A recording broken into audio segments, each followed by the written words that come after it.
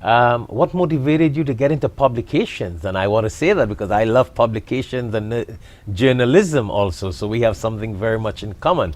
Tell us a little bit about your company. Yep. So I wanted to get into media. So after I graduated high school, I went to local Broward Community College, but I wanted to get into radio and television.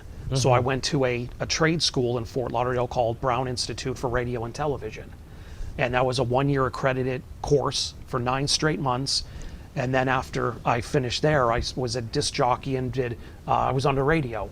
So I was in Boca, I was in Cocoa Beach, and I stayed in radio for a few years. When I was in Cocoa Beach, the money was terrible. You're a young kid making $150 a week. Wow.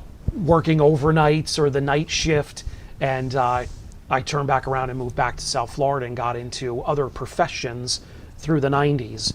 But then it took a turn in the early 2000s when there was a radio station launching here in South Florida called 790 The Ticket. And it was a sports station that was going to compete against 560 WQAM because they really never had any competition. So I was the first sales rep that was hired with 790 The Ticket, with Joe Rose, Dan Lebitard, and I worked there for 7 years, sales, one of the top salespersons in the company. So that's how I got into media and sales and advertising, and I loved it because we were helping businesses grow their business by getting their message out to the masses. So then what happened, with radio with all the different platforms and the internet and Sirius and satellite, I just decided I wanted to move in a different direction. So I started, my buddy of mine in West Miami, in Kendall, South Miami, had a couple magazines that he launched. And he said, Chris, the one thing you can do is sell.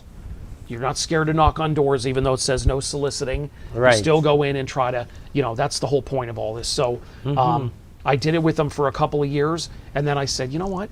I can do my own magazine. The hardest part is actually meeting business owners, finding decision makers, and asking them to buy your product and explaining it to them.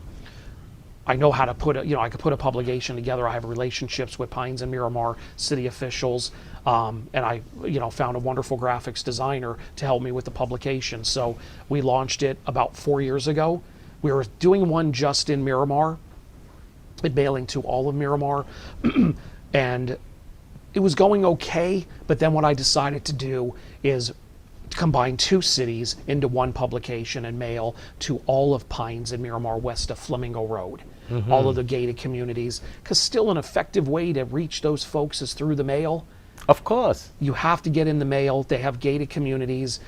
You're getting it in the mail for them to look at it and then react and see all the businesses and use coupons and read about our elected officials because I have content in the publication. A lot of people ask me, why don't I go full-time online? And I always tell people the same thing. There are a lot of people out there who love to get a hard copy, That's right, original magazine, sit back, relax with a cup of coffee, or if they're traveling, if, you know what I mean, or they're on vacation.